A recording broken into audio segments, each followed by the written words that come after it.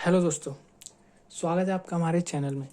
दोस्तों, ये मैंने नया चैनल बनाया है और इसमें मैं आपको सारी जानकारी दूंगा। CMA, CS, CA के मतलब जो भी अपडेट आते हैं, आते रहेंगे या फ्यूचर में आएंगे, अभी जो अपडेट मतलब सारे अपडेट मैं इस चैनल पे आपको दूंगा। और आज से हम इस चैनल पे पढ़ाने जा रहे हैं CMA का इंटर का पेपर 6 में एक इंडस्ट्रियल लॉ है जो पूरे 25 मार्क्स का हमारे एग्ज़ाम में आता है। इंटर में तो पूरे 25 मार्क्स का आता है। तो इसका हम आज से पहला चैप्टर स्टार्ट कर रहे हैं इंडस्ट्रियल लॉ का, और पूरा इंडस्ट्रियल लॉ पढ़ेंगे, लेकिन आज से हम अपना पहला चैप्टर स्टार्ट कर रहे हैं। तो पहले चैप्टर का हमारा नाम है फैक्ट्रीज एक्ट 1948। तो दोस्तों, ये जो हमारा पहला चैप्टर है इंडस्ट्रियल लॉ का, ये फैक्ट्रीज एक्ट 1948, मतलब ये है तो इजी चैप्टर, लेकिन हम इसे आराम से पढ़ेंगे, बिल्कुल आराम से, मतलब बिल्कुल समझने वाला चैप्टर है, बिल्कुल इजी चैप्टर है। और अच्छे मतलब एक 5-6 मार्क्स का क्वेश्चन इससे आता ही आता है। ठीक है, तो हम आज अपने पहले चैप्टर से शुरुआत करते हैं। तो चलिए बिना टाइम वेस्ट किए हम अपना फैक्ट्रीज एक्ट 1948 शुरू करते हैं। तो दोस्तों, हमारे मतलब इंडिया में काफ़ी सारे एक्ट, काफ़ी सारे लॉज वगैरह आए हैं कंडीशन सुधारने के लिए, जैसे एम्प्लॉयमेंट की कंडीशन सुधारने के लिए, वर्क एनवायरनमेंट सुधारने के लिए, जो वेलफेयर है जो इंडस्ट्रीज़ में चलता है उनको सुधारने के लिए। तो ऐसे ही हमारा एक फैक्ट्री एक्ट जिसे लाया गया फैक्ट्रीज़ की कंडीशन सुधारने के लिए। जी हाँ, जो फैक्ट्रीज एक्ट है इसका मेन एम ही यही था कि फैक्ट्रीज़ की कंडीशन को सुधारा जाए। जैसे कि मैंने नोट्स अपने हैंड रिटन भी बनाए हैं, और ये मैं मतलब सेम ही है लेकिन हैंड रिटन में थोड़ा इजी लैंग्वेज में। बाकी मैं आपको नीचे डिस्क्रिप्शन में लिंक दे दूंगा, तो आप वो डाउनलोड कर लेना। तो दोस्तों, जैसा कि मैंने आपको बताया कि काफ़ी सारे एक्ट्स बनाए गए, लेकिन ये जो फैक्ट्रीज एक्ट बनाया गया, ये फैक्ट्रीज़ के अंदर की कंडीशन को सुधारने के लिए बनाया गया। और सबसे पहले बात आपको ये बता दूं कि जो हमारा फैक्ट्रीज एक्ट है वो कब आया था। इसका नाम तो फैक्ट्रीज एक्ट 1948 है, जो होल ऑफ इंडिया पे एप्लीकेबल है, लेकिन अफेक्ट में ये आया था 1 अप्रैल 1949 से। ये आप एक डेट नोट कर लीजिएगा, 1 अप्रैल 1949 से ये अफेक्ट में आया था।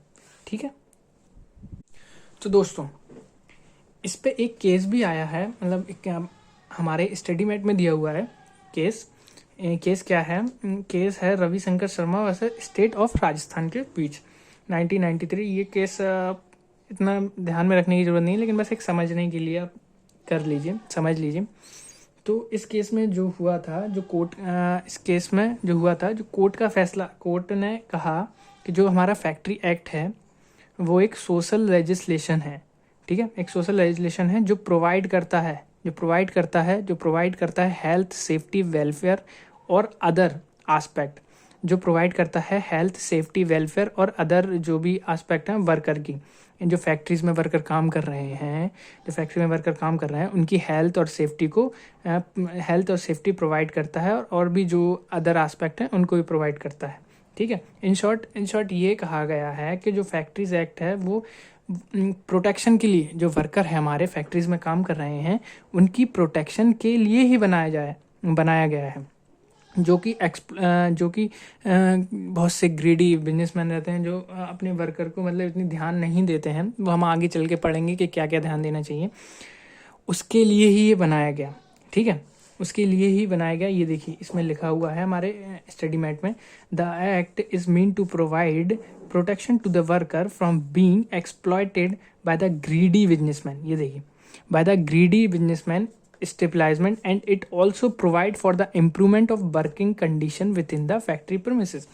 हाँ, और ये इसलिए भी बनाया गया कि जो हमारे फैक्ट्रीज़ के अंदर का काम है, जो फैक्ट्रीज़ के अंदर की वर्किंग कंडीशन है फैक्ट्री प्रेमिस की, वो भी सुधारी जाए और वर्करों की कंडीशन भी सुधारी जाए।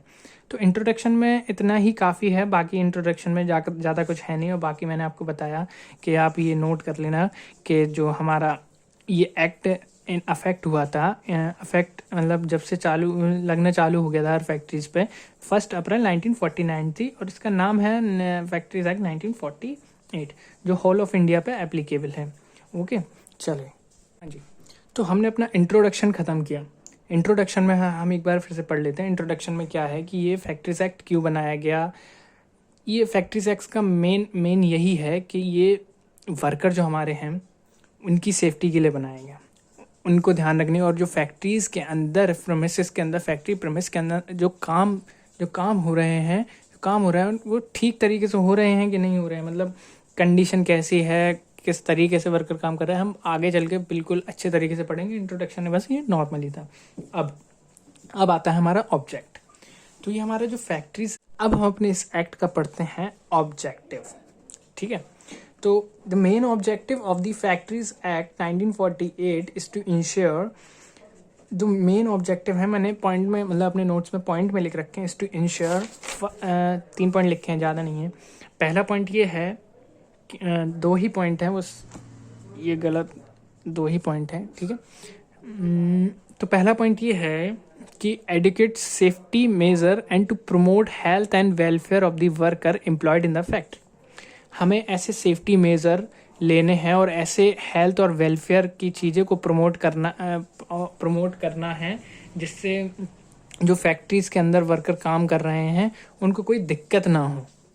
ठीक है, ऐसा ऑब्जेक्ट है इस फैक्ट्रीज एक्ट का, उनको कोई दिक्कत ना, अच्छे सेफ्टी मेजर लेने हैं, अच्छी हेल्थ और वेलफेयर को प्रमोट करना है। ठीक है, और दूसरा पॉइंट क्या कहता है, this act also make provision, इस एक्ट ने और भी प्रोविज़न बनाया किसको लेकर, regarding employment of women and young person. इस एक्ट ने काफ़ी कुछ अच्छा किया है, मतलब ये पॉइंट मुझे सबसे अच्छा लगा, सही लगा। This act also make provision regarding employment of women and young person. जो हमारी फैक्ट्रीज में वुमेन काम कर रही हैं और जो यंग पर्सन है, मतलब जो एडल्ट हुए हैं वो काम कर रहे हैं, उनके लिए भी उनने फैक्ट्रीज ने काफ़ी सारे प्रोविज़न बनाए कि क्या कैसा करना है क्या नहीं करना है, वो हम आगे चल के पढ़ेंगे अच्छी तरीके से डिटेल में। अभी ऑब्जेक्टिव में इतना ही पढ़ते। ठीक है, अब आगे क्या कहता है, एप्लीकेबिलिटी। ठीक है, ये बताता है एप्लीकेबिलिटी। ठीक है, एप्लीकेबिलिटी क्या कहता है, जो ये हमारा एक्ट है ये एक्सटेंड है होल ऑफ इंडिया, मतलब हर जगह इंडिया में हर जगह एप्लीकेबल है, including Jammu and Kashmir also. Jammu and Kashmir में पहले शायद नहीं था, क्योंकि अब ये धारा 344 जो कौन सी है मुझे ध्यान नहीं है इतना, ये जो हट गई है इसकी वजह से अब ये हमारे पूरे होल ऑफ इंडिया में एप्लीकेबल है। ठीक है, होल ऑफ इंडिया, जितने पूरे इंडिया पे एप्लीकेबल है फैक्ट्रीज एक्ट, ध्यान रखिएगा। ठीक है, यहाँ अगर एग्जाम में MCQs में पूछ ले मतलब वगैरह, तो होल ऑफ इंडिया में एप्लीकेबल है। ठीक है, और ये कवर करता है सारे मैन्युफैक्चरिंग प्रोसेसेस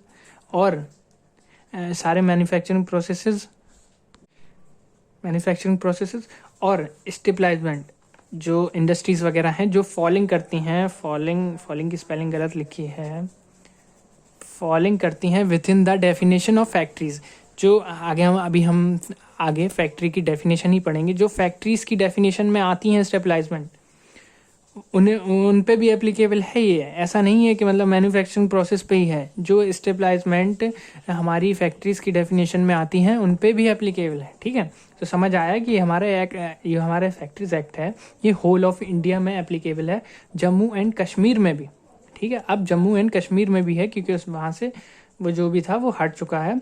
और मैन्युफैक्चरिंग प्रोसेस पे सारे covers all manufacturing process and establishment with in the definition of factories, जो फॉल करती हैं with in the definition of factories. ठीक है, तो फैक्ट्री जो है, फैक्ट्री को डिफाइन किया गया है अंडर सेक्शन 2M। अब धीरे धीरे चैप्टर बढ़ता जा रहा है, तो आपको सेक्शन भी याद रखने की ज़रूरत है थोड़ा थोड़ा, अगर आप समझ के चलें। सेक्शन इंपॉर्टेंट है, सेक्शन मार्क्स दे के जाते ही हैं, ध्यान रखिएगा, सेक्शन मार्क्स दे के ही जाएगा। अगर आपको याद है तो आप लिख दीजिए, लेकिन अगर आपको याद नहीं है और आपने तुक्के में कोई गलत लिख दिया तो फिर ये दिक्कत वाली बात है, समझ रहे हो। ठीक है, तो जो हमारी फैक्ट्री है, फैक्ट्री की डेफिनेशन कहाँ डिफाइन है, under section 2M। Under section 2M, ठीक है। और जो it is also applicable to factories belonging to state और सेंट्रल गवर्नमेंट। ये जो डेफिनेशन है कहाँ किस पे एप्लीकेबल करती है, जो मतलब और भी किस पे एप्लीकेबल करती है, ऑल्सो लगा है ना, और भी किस पे एप्लीकेबल करती है, जो बिलोंग करती है स्टेट और सेंट्रल गवर्नमेंट को, ध्यान रखिएगा, ठीक है ना। और हमारी जो फैक्ट्री की डेफिनेशन है वो कहाँ है, सेक्शन 2M में है, ये भी ध्यान रखिएगा, ठीक है, सेक्शन 2M में है। ओके, जो मैंने आपको बताया था, the factory act 1948 came into affect from, कब से अफेक्ट होना चालू हुआ, 1 अप्रैल 1949। ये भी ध्यान रखिएगा, MCQs में पूछ लेते हैं, 1 अप्रैल 1949, 1949। ओके, तो दोस्तों अब हम पढ़ेंगे इम्पोर्टेंट डेफिनेशंस, ठीक है, जो हमारे स्टडी मैट में दे रखी हैं। इम्पोर्टेंट डेफिनेशन, तो पहली डेफिनेशन काय की है, पहली डेफिनेशन है हमारी मैन्युफैक्चरिंग प्रोसेस की। तो मैन्युफैक्चरिंग प्रोसेस होता क्या है, उसकी डेफिनेशन है। तो मैन्युफैक्चरिंग प्रोसेस की जो डेफिनेशन है वो किस सेक्शन में प्रोवाइड है, ये सेक्शन देखिए, सेक्शन आ रहे हैं, आपको सेक्शन याद करने पड़ेंगे।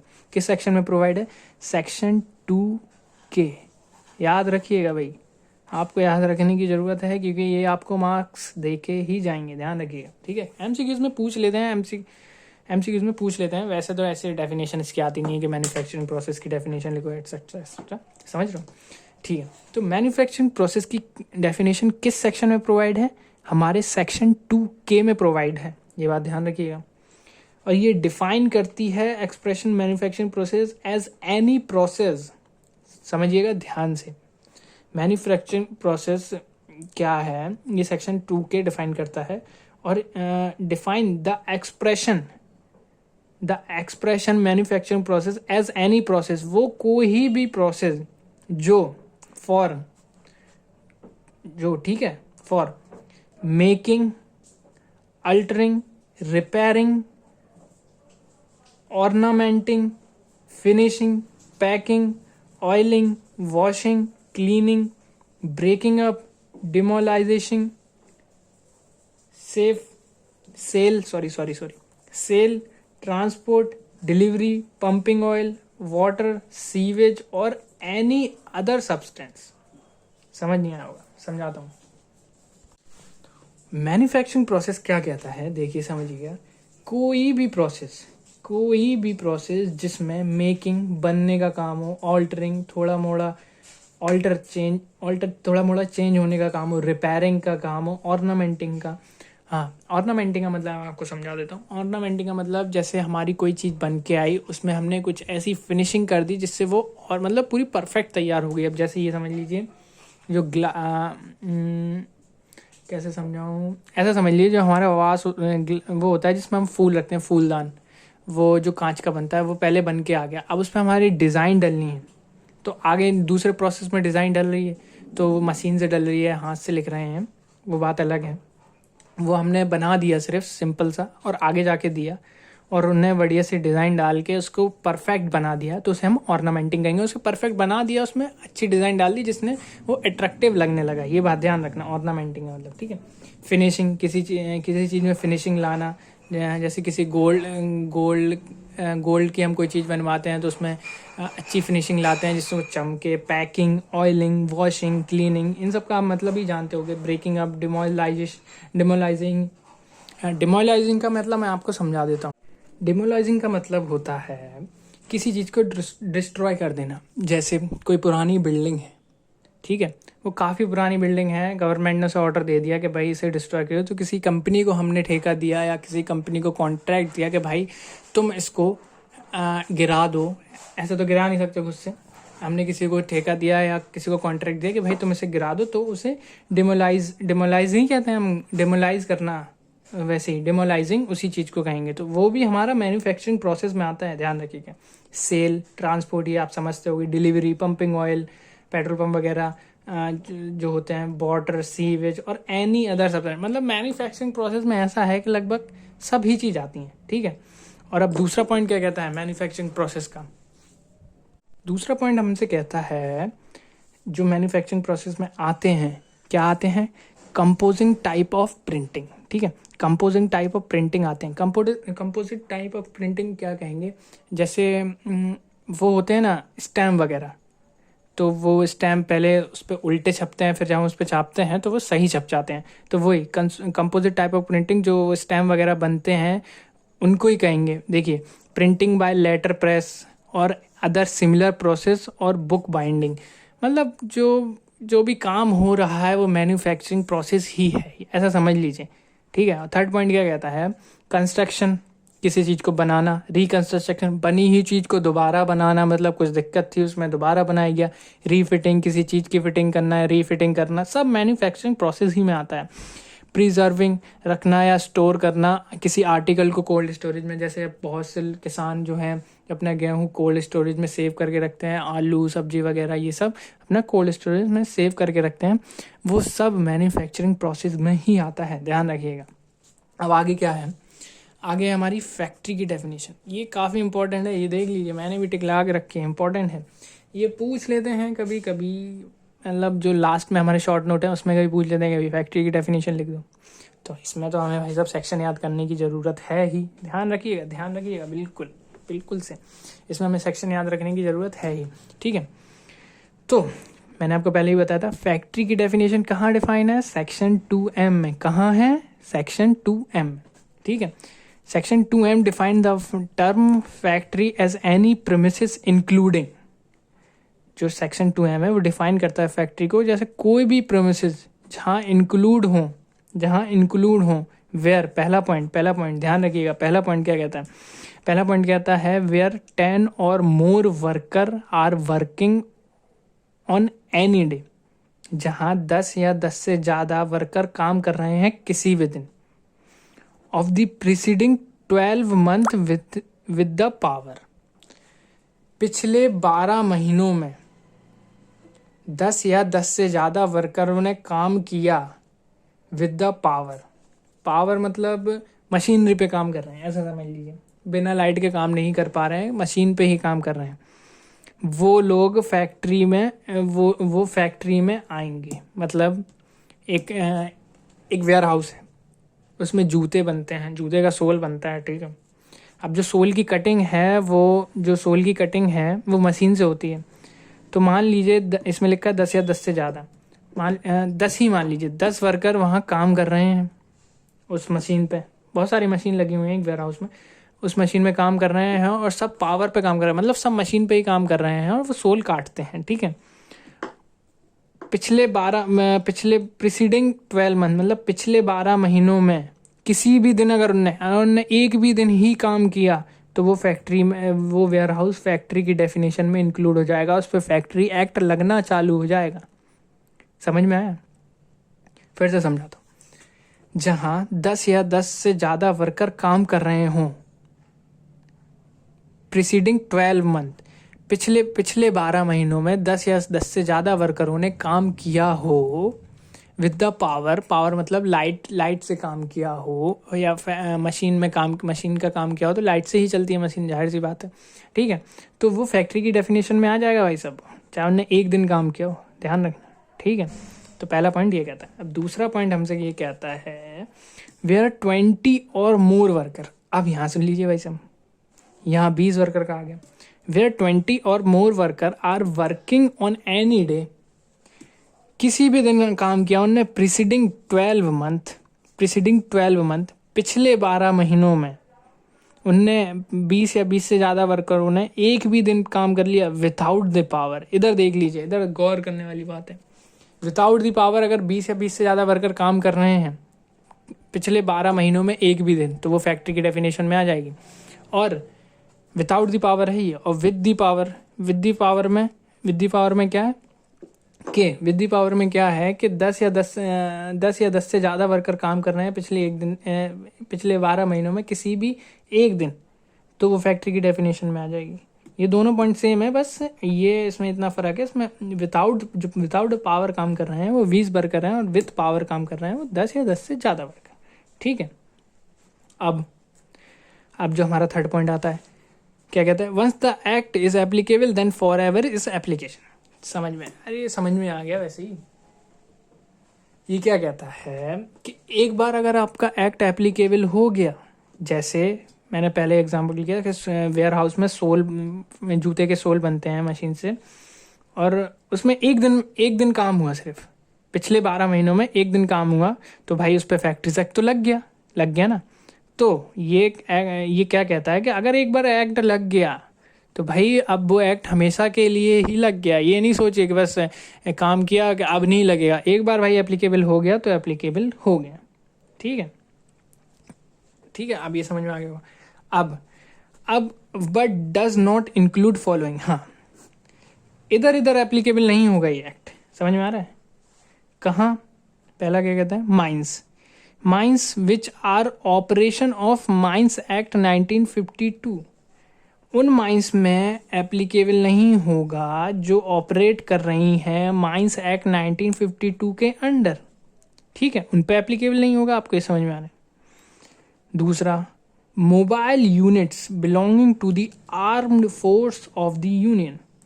देखिए, जो हमारी आर्मी रहती है वो बहुत से वॉकी टॉकी या उनकी जो मोबाइल लाइन है वो यूज़ करते हैं, उनकी पर्सनल वो सब रहती है अपने आर्मी की।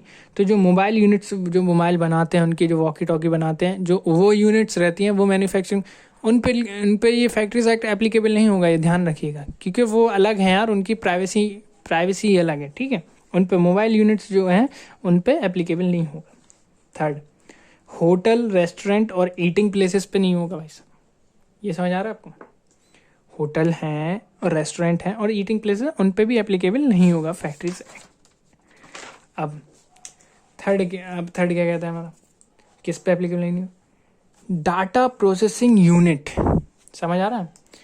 Data processing unit of any work place such as central process centre of income tax department of ministry of corporate affair will not be a factory.